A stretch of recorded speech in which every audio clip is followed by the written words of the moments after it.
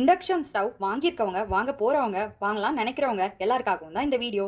புகழ்ந்தால் மயங்காதே, இகழ்ந்தால் தளராதே. இது யாருக்கு பொருந்துமோ இல்லையோ, இந்த இண்டக்ஷன் ஸ்டவ்க்கு கண்டிப்பாக பொருந்தும். ஏன்னா நம்ம வீட்டில் கேஸ் இல்லைனா நம்ம எல்லாருமே இதை நம்பி தான் இருப்போம். ஆனால் அதுவே கேஸ் இருந்துச்சுன்னா இது ஒரு மூலையில் ஒரு ஆகாத பொருள் மாதிரி, ஒரு அனாதை மாதிரி போட்டு வச்சுருப்போம். பேச்சுலர்ஸ்க்கு வேறு கதை, பட் இதை பற்றி பார்ப்போம். இப்போ நாங்கள் வாங்கியிருக்கிறது பிஜியன் இண்டக்ஷன் ஸ்டவ். இப்போ நான் சொல்ல போகிற இன்ஸ்ட்ரக்ஷன்ஸ் எல்லாமே மோஸ்ட்லி எல்லா இண்டக்ஷன் ஸ்டவ்க்கும் ஒரே மாதிரி தான் இருக்கும். சில வேறுபாடுகள் இருக்கலாம், அவ்வளோதான். அது எதில் இருக்கலாம்னா இந்த வோல்டேஜ் டிஃப்ரென்ஸ், அவ்வளோதான். இப்போது ஆன் அண்ட் ஆஃப் பட்டன் இதுதான். இதை எப்படி யூஸ் பண்ணணும், இதுதான் கண்ட்ரோல் பேனல். இந்த கண்ட்ரோல் பேனலில் இருக்கிற ஆப்ஷன்ஸ் பற்றி பார்ப்போம். ஃபஸ்ட்டு இது ஆன், இது ஆஃப்.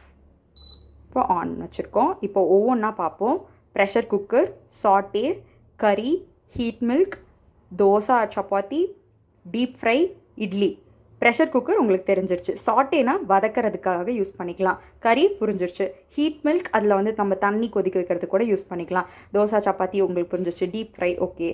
இட்லி, இது எல்லாமே நமக்கு பார்த்தாவே, அதை படித்து பார்த்தாவே நமக்கு இதோடைய அர்த்தம் புரிஞ்சிடும். அடுத்து நம்ம இதில் என்ன பண்ணலாம், என்ன பண்ணக்கூடாது, அதை பற்றி பார்ப்போம்.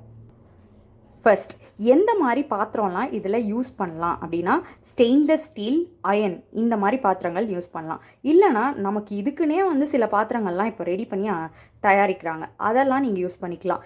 எதெல்லாம் பயன்படுத்தக்கூடாதுன்னா காப்பர், அலுமினியம், அப்புறம் heat resistant glass, ceramic container, இதெல்லாம் நீங்கள் யூஸ் பண்ணவே கூடாது.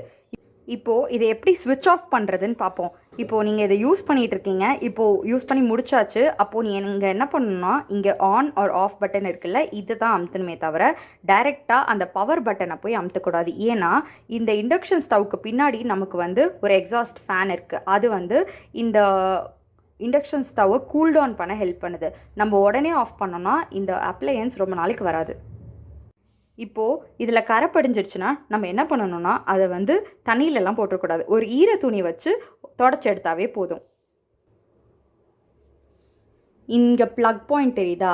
இப்போது இந்த இண்டக்ஷன் ஸ்டவ்வை சில பேர் ஒரு 1-2 நாளைக்கு 3 நாளைக்கு கூட அப்படியே ப்ளக் பாயிண்ட்லேயே அப்படியே விட்டுட்டு போயிடுவாங்க. அந்த மாதிரி பண்ணவே கூடாது. அப்படி பண்ணிங்கன்னா நம்மளோட இண்டக்ஷன் ஸ்டவ் ரொம்ப நாளைக்கு வராது.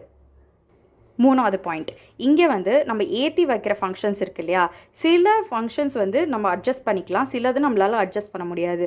இந்த பிஜியன் இண்டக்ஷன் ஸ்டவ் பொறுத்த வரைக்கும் ப்ரெஷர் குக்கர், டீப் ஃப்ரை, கறி, சாட்டே, இந்த 4 ஆப்ஷனை நம்ம வந்து ஏற்றியோ இறக்கியோ வச்சுக்கலாம். ஆனால் மற்றபடி இருக்கிற ஆப்ஷன்ஸ், ஹீட் மில்க், அதெல்லாம் வந்து அதுக்கு இருக்கிற அந்த டெம்பரேச்சரில் தான் இருக்கும்.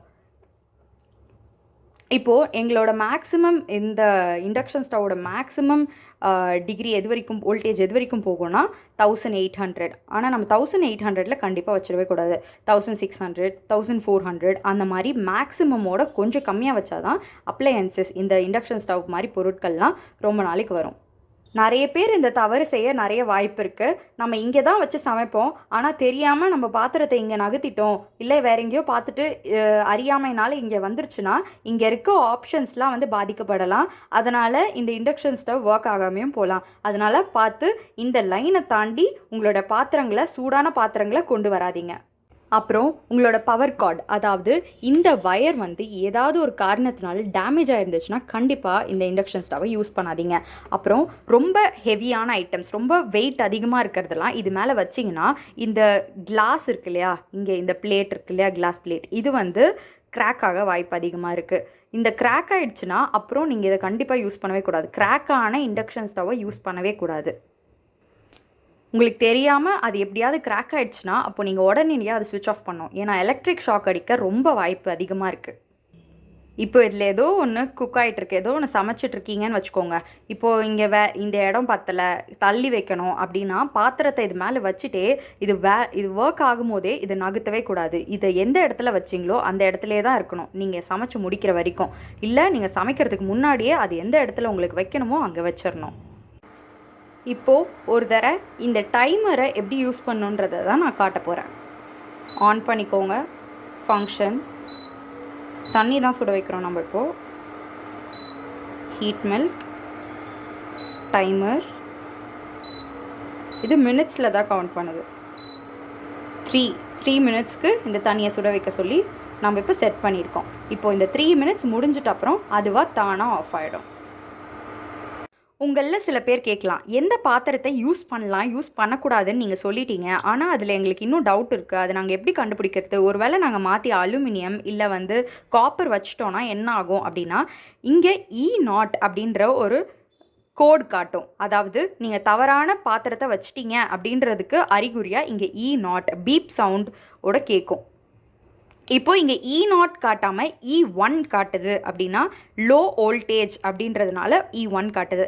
E2 காட்டுச்சுன்னா ஹை வோல்டேஜ் என்றதுனால E2 காட்டுது. E3 காட்டுச்சுன்னா இங்கே பிளேட் சர்ஃபேஸ் டெம்பரேச்சர் சென்சார் இருக்குது, அது கரெக்டாக கனெக்ட் ஆகலைன்னு அர்த்தம். அதுக்கு நீங்கள் இண்டக்ஷன் ஸ்டவ்வை சர்வீஸ்க்கு தான் கொடுக்கணும். அப்புறம் E4 அப்படி காட்டுச்சுன்னா heat sensor not connected well அப்படின்னு அர்த்தம். அதுக்கு நீங்கள் இதையும் சர்வீஸ்க்கு தான் தரணும்.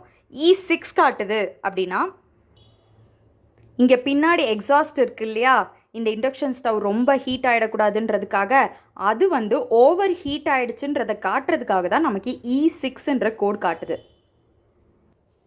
எல்லாருக்கும் இந்த பிரச்சனை வராது, ஆனால் சர்வீஸ்க்கு கொடுக்குற சில பேருக்கு இந்த பிரச்சனை வரலாம். உங்கள் வீட்டில் கற்பாம்பூச்சி இல்லை ஏதாவது பூச்சி அதிகமாக இருந்துச்சுன்னா அது இந்த எக்ஸாஸ்ட்டில் போய் மாட்டிக்க வாய்ப்பு இருக்குது. அதனால் கூட உங்களோட இண்டக்ஷன் ஸ்டவ் ஒழுங்காக ஒர்க் ஆகாமல் இருக்கலாம். அதனால் அதை முதல்ல செக் பண்ணுங்கள். அந்த பிரச்சனை இல்லைன்னா அப்புறம் ரிப்பேருக்கு கொடுங்க. இப்போது இன்னொன்றும் ஒரு டிப் சொல்லணும். இப்போது நீங்கள் இதில் வோல்டேஜ் இருக்குல்ல, ஏன் ஒவ்வொரு இண்டக்ஷன் ஸ்டவ்க்கும் ஒவ்வொரு வோல்டேஜ் இருக்குது? ஏன்னா இப்போது நீங்கள் நிறைய பேருக்கு ஒரு 6லேருந்து 10 பேருக்கு சமைக்கணுன்னா அதுக்கு ரொம்ப நேரம் எடுக்கும்ல, கம்மியான வோல்டேஜில் வச்சு சமைச்சா. அதனால் சில பேருக்கு அதிக வோல்டேஜ் தேவைப்படலாம். அதுக்கேற்ற மாதிரி அவங்க வாங்கிக்குவாங்க. இப்போது இதில் ஹெவியான ஸ்டஃப்பும் வைக்கக்கூடாதுன்றீங்க. அப்போ நிறைய பேருக்கு சமைக்கும் போது என்ன பண்ணலாம்? அப்போது இதுக்குன்னே கமர்ஷியல் இண்டக்ஷன் ஸ்டவ்னு இருக்குது, அதை நீங்கள் வாங்கி பயன்படுத்திக்கலாம். இந்த வீடியோ உங்களுக்கு ரொம்ப யூஸ்ஃபுல்லாக இருக்கும்னு நினைக்கிறேன். நன்றி, வணக்கம்.